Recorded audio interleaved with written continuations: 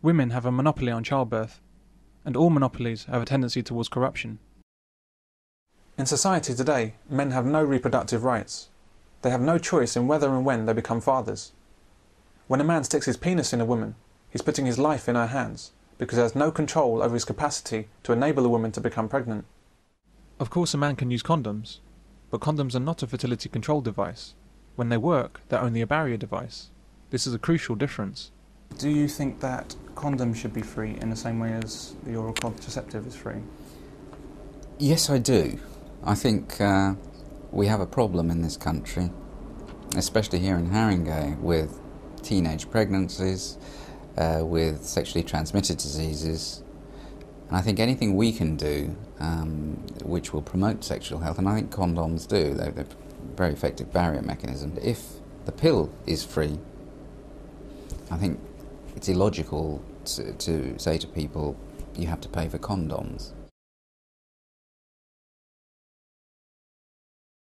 Why is it that society refuses to acknowledge that unless a man explicitly agrees to be a father before conception, he's been hijacked? Short-term relationships, when they're going primarily just for copulations, they tend to have very low thresholds and they're not particularly choosy about who they sleep with.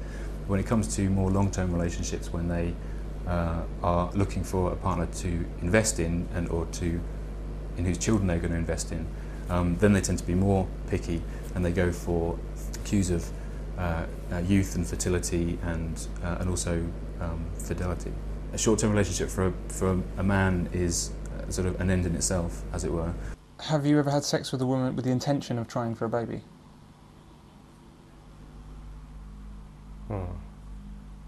No, I haven't.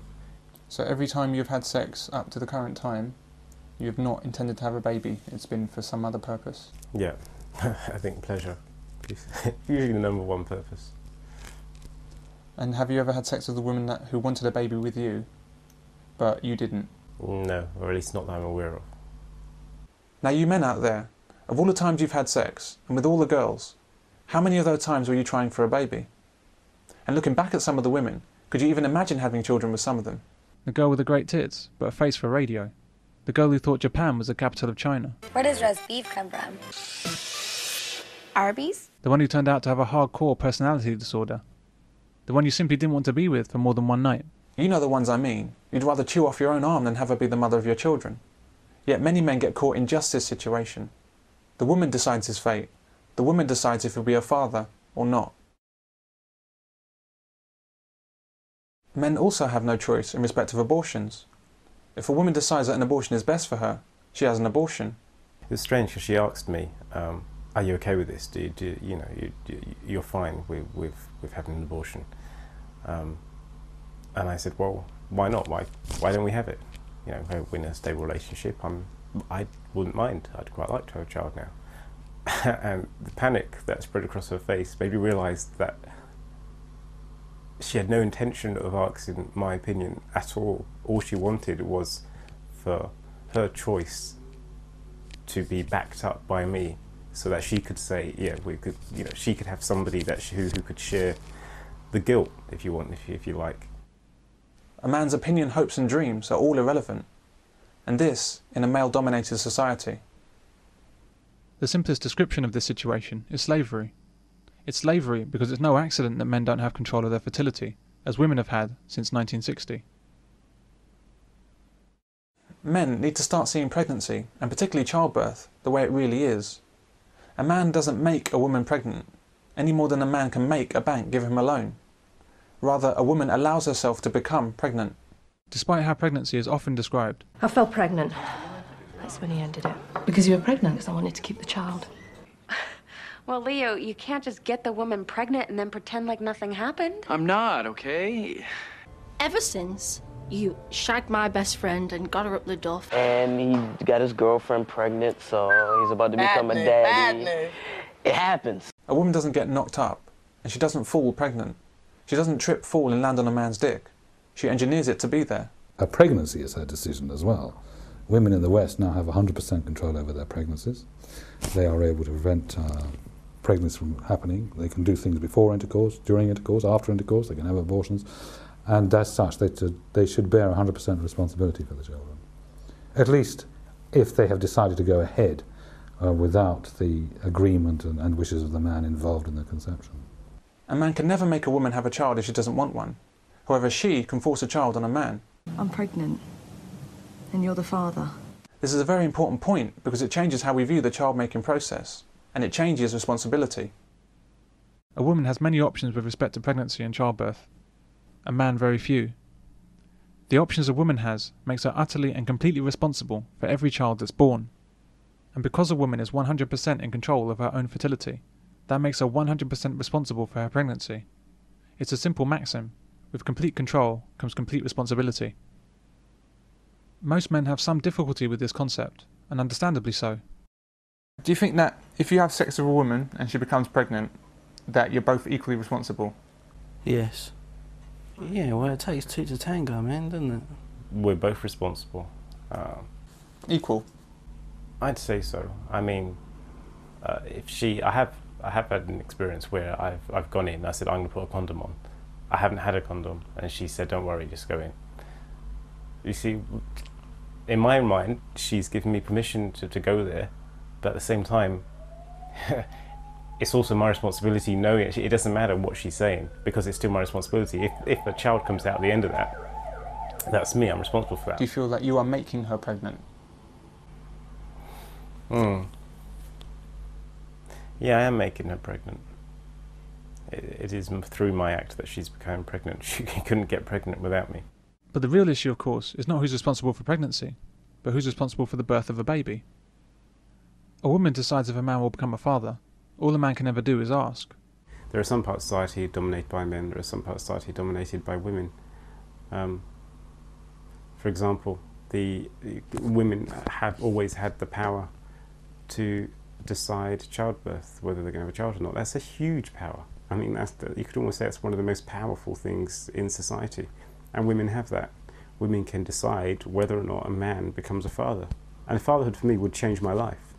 Therefore, women have the power to completely change my life on a whim. A man is powerless when it comes to whether or not he's going to have a son or daughter. It's a female power in society. It's throughout history that perhaps it's one of the biggest powers that you can have. And it is a female power. But feminism, once again, has been there to cover up this fact. It's essential for feminism that men feel equally responsible for making babies, because this excuses women their complete failure to exercise due care in when and with whom they have children. With such control over the process, there are simply no excuses for mothers to have children with men who have not agreed to be fathers. Having sex is not an agreement to fatherhood, and men should not be forced into fatherhood any more than a woman should be forced into motherhood. It's not fair that women have complete power over whether a man becomes a father. And that's the bottom line. A woman has control over whether a man becomes a father. It's not fair, but it's the way of the world. So what you do is you try and protect the father as much as possible. You try and give him as many rights as possible. But right now, what we seem to be doing is simply punishing a man who doesn't want to become a father, who a woman has made a father. And that doesn't seem right to me, that you punish him. He should be protected, not punished. If it was a one-night stand, if it was a casual thing, what would go through your mind when you found out that she was pregnant? Shit. I'd ask her if she was considering an abortion. If she wasn't, I'd ask, so why not? What was she was thinking? Because I wasn't obviously not in love with her, she wasn't in love with me. How are we going to bring up a child in that environment? How's this actually going to work? I'd want to know what the motivations of the mother was. Is it just that she's obsessed with having a child? I mean, not that I can do anything about it anyway, but it sounds incredibly unhealthy. Any woman who wants a child without it being within a relationship has, I think, an unhealthy obsession with having a child regardless of anything else. It may simply be a biological clock ticking down. But that's an animal instinct, and we are human beings, and you control that. And if you can't give a future to this child, especially, and call me old-fashioned, but a future within a relationship, the father and the mother. And I came from a single-parent family, so I'm not knocking that either. It's the way it is nowadays. But if you can't actually plan that, there is a problem there. There's something psychological going on, where you're being incredibly selfish because you're wanting to have a child with no concern as to the child or as to the father, and that's I would consider almost a psychopathic problem.